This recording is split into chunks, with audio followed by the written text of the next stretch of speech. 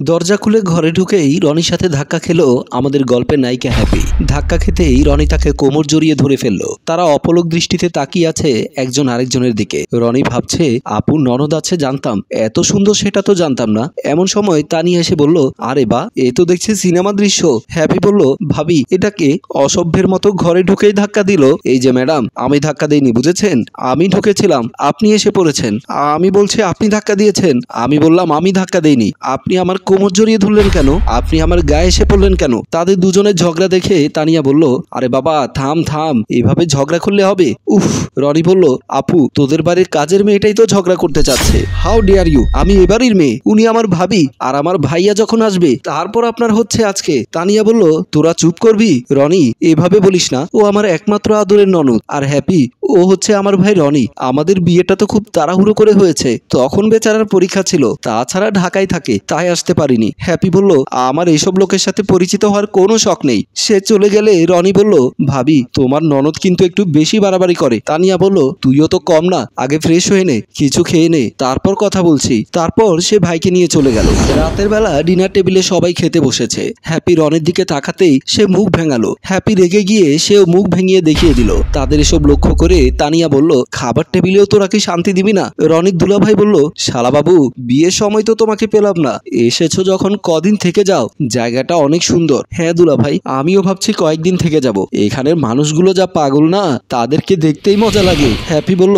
ভাইয়া তুমি আর মানুষ খুঁজে পেলে না, কোত্থেকে যে পাগল কতগুলো ধরে নিয়ে এলে। তাদের কথা শুনে তানিয়াও তার স্বামী হেসে উঠল। পরের দিন সকালবেলা ব্রাশ আর তাওয়াল নিয়ে রনি ওয়াশরুমের সামনে এসে দেখে ভেতরে কেউ আছে। ওয়াশরুমের সামনে জুতো দেখে সে বুঝতে পারলো ভেতরে হ্যাপি আছে। তারপর সে ইচ্ছে করে ওয়াশরুমের ছিটকিনিটা লাগিয়ে দিল। একটু পরে হ্যাপি যখন দরজা বরাবর ধাক্কাতে লাগলো, সে সেখান থেকে চলে গেল। ওয়াশরুমের সামনে দিয়ে যাচ্ছিল তানিয়া, সে দেখতে পেল ভেতর থেকে দরজা ধাক্কা দিচ্ছে কেউ।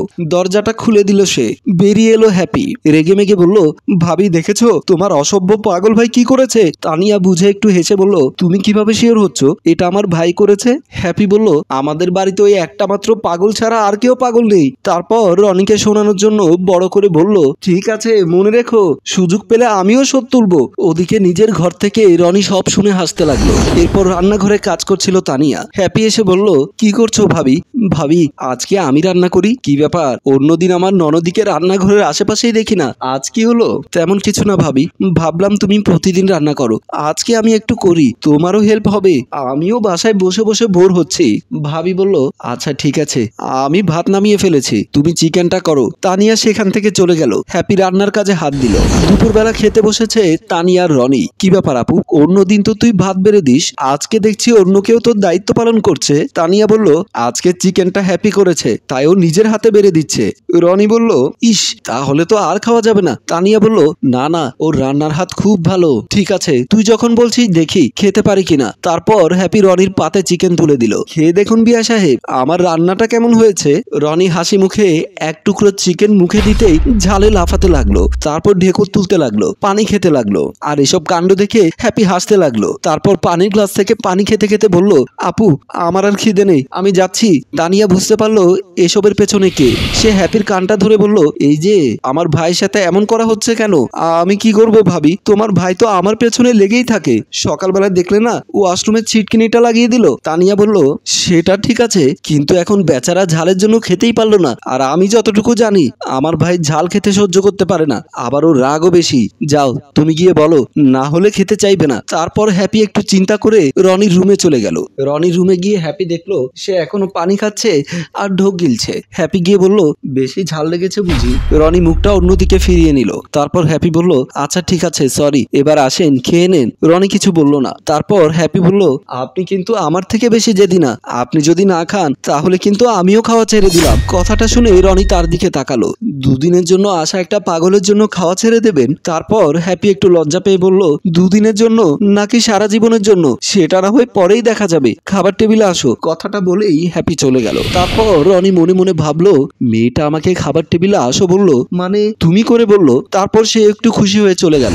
এভাবে এক মাস কেটে গেল। তাদের দুজনের মধ্যে গভীর প্রেম হয়ে গেছে। একদিন ড্রয়িং রুমে বসে তারা টিভি দেখছিল। তানিয়া টিভির দিকে মনোযোগ দিয়ে তাকিয়ে আছে, কিন্তু তার দুই পাশে তার ভাই আর ননদ। একজন আরেকজনের দিকে তাকাচ্ছে বারবার, সেটা সে খেয়ালই করলো না। তার কথা নিয়ে বলল, হ্যাপি টিভিতে অ্যাড এসেছে, চলো আমরা রান্নাটা নামিয়ে আসি। হ্যাপি প্লেট থেকে একটা বিস্কিট এক কামড় দিয়ে বাকিটা রেখে বলল, ঠিক আছে ভাবি চলো। তারা যেতেই রনি হাসি মুখে অর্ধেক বিস্কুটটা খেয়ে ফেলল। তারপর রাতের বেলা নিজেদের রুমে বসে ফোনে কথা বলছে। রনি বলল, তুমি আমার কত কাছে আছো, কিন্তু তোমাকে একটু ছুঁয়েও দেখতে পাচ্ছি না। বিয়ের পর যত খুশি কানামাছি খেলবে, এখন ছুতে টুতে হবে না। তোমাকে কি করে বোঝায়, তোমাকে জড়িয়ে ধরার জন্য আমার বুকের ভেতর কিভাবে দাও দাও করে আগুন জ্বলে। হাই প্রিয়া, তুমি কেন আমার হলে? বারে আমার কবি, অনেক রাত হয়েছে, এবার ঘুমিয়ে যান কবি সাহেব। আমি ভাবছি কালকে আপুদুলা ভাইকে আমাদের কথাটা বলবো। ঠিক আছে, কিন্তু সাবধানে, আমার ভয় করছে। ভয়ের কিছু নেই, আপু সব ম্যানেজ করে নেবে। ঠিক আছে, ঘুমাও। পরের দিন সকালে নাস্তার টেবিলে হ্যাপি রনিকে ইশারা করলো কথাগুলো বলার জন্য। তারপর অনেক ঢোক গিলা আপুকে কথাটা বলতে যাবে, এমন সময় পাশ থেকে তার দুলাভাই বলে উঠলো, আমার বোনের জন্য একটা ভালো সম্বন্ধ পেয়েছি। তানিয়া বলল, কি বলো, ছেলে কি করে? পরিবার ভালো তো?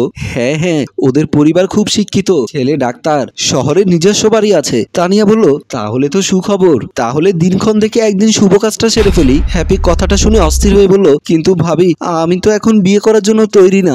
ভাইয়া, আমার বিয়ে তুই আমাকে ছাড়া ঠিক করে ফেলেছিস? তানিয়া বলল, তোমার বোনের বোধহয় কাউকে পছন্দ আছে। হ্যাপির বড় ভাই বলল, না, আমার বোন এমন না, ও কখনো এসব প্রেম টেম করবে না। আমার বোনকে আমি চিনি, আমার মান সম্মান নষ্ট হয় এমন কোনো কাজ সে করবে না। দেখ বোন, সব মেয়েকে একদিন শ্বশুর বাড়ি চলে যেতে হয়, তাছাড়া তোর লেখাপড়া শেষ, এখন তোর বিয়েটা হয়ে গেলে আমিও একটু টেনশন মুক্ত হই। আমাদের মাথার উপর তো আর বাবা মা নেই, চিন্তা করিস না, ওদের বাড়িটা আমাদের কাছেই, তোর যখন ইচ্ছে তখন ভাইয়ার কাছে চলে আসিস। হ্যাপি আরো কিছু বলতে চাইলে তানিয়া বলল, আর কিছু বলো না বোন, তোমার বিয়েতে কবজি ডুবিয়ে খেয়ে কখন বাঁচবো সে আশায় বসে আছি, তোমাকে নিজের হাতে সাজাবো। তারপর তানিয়া আর তার স্বামী কথা বলতে লাগলো। হ্যাপির চোখ ছলছল হয়ে গেল, সে রনির দিকে তাকিয়ে আছে। রনি মাথা নিচু করে রইল। রাতের বেলা নিজের ঘরে কাঁদতে কাঁদতে সে রনিকে ফোন দিল। হ্যালো, এই ছিল তোমার মনে, এটাই তোমার ভালোবাসা? নিজের ভালোবাসার কথা বলার সাহস নেই? আসলে আমি সত্যি বোধহয় তোমাকে ভালোবাসার যোগ্য না। নাস্তার টেবিলে আপুকে আর তোমার ভাইকে কথাটা বলার সাহস হলো না কিছুতেই। তাছাড়া দুলা ভাইয়ের এসব প্রেম ভালোবাসা পছন্দ না। আমি কেমন যেন সাহস পেলাম না, আমার ভাবতে কষ্ট হচ্ছে। আমি একটা কাপুরুষকে ভালোবাসি। তোমাকে আমি বলে দিলাম, যদি তুমি আমাকে কবুল বলার আগ মুহূর্তেও আসল পুরুষের মতো আমার হাত ধরে নিয়ে যেতে পারো, তাহলে আমি তোমার সাথে যাব, নইলে কবুল বলার আগেই আমি বিষ খাবো। এক সপ্তাহ পরে হ্যাপির বিয়ে ঠিক হয়ে গেল। পাত্রপক্ষ কাজী সাহেব চলে এসেছে। কাজী বলল, আর দেরি করবেন না, মেয়েকে নিয়ে আসুন। তানিয়া হ্যাপিকে নিয়ে আস্তে আস্তে ঢুকে বসলো। তানিয়া পাথরের মতো তাকিয়ে আছে একদিকে। কাজী লেখালেখির কাজ শেষ করে পাত্রকে কবুল বলতে বলল। পাত্র কবুল বলল। কাজী বলল, এবার আপনি বলেন কবুল। হ্যাপি মাথা নিচু করে তাকালো, খেয়াল করলো সামনে ব্যাগ কাঁধে দাঁড়িয়ে তাকিয়ে আছে রনি। হ্যাপি আর রনি একজন আরেকজনের দিকে তাকিয়ে আছে ছলো ছলো নয়নে। তারপর রনি ঘর থেকে বেরিয়ে গেল চোখ মুছে। ঠিক তখনই একটা বিষের বোতল বের করে ঢকঢক করে খেয়ে ফেললো হ্যাপি। সে ঢলে পড়ে গেল। সবাই তাকে নিয়ে ব্যস্ত হয়ে গেল। মেডিকেলের সিটে শুয়ে আছে হ্যাপি। তার জ্ঞান ফিরল। তার পাশে তার ভাই ও ভাবি দাঁড়িয়ে আছে। তার ভাইয়া বলল, হ্যাপি তুই কেন এমন করলি? তোর যদি বিয়েতে আপত্তি থাকতো তুই আমাকে বলতে পারতি। তানিয়া বলল, তোমাকে আমি সব সময় বোনের চোখেই দেখেছি, তুমি তোমার ভাইয়াকে ভয় পাও সেটা আমি জানি, কিন্তু আমাকে বলতে পারতে তোমার এই বিয়েতে আপত্তি থাকলে। ভাবি, আমি ভয় পেয়ে গিয়েছিলাম, ভাইয়া তো প্রেম ভালোবাসা পছন্দ করে না। বোন, তুই আমাকে বল তোর ভালোবাসার মানুষকে, আমি তার সাথে তোকে অবশ্যই এক করে দেব।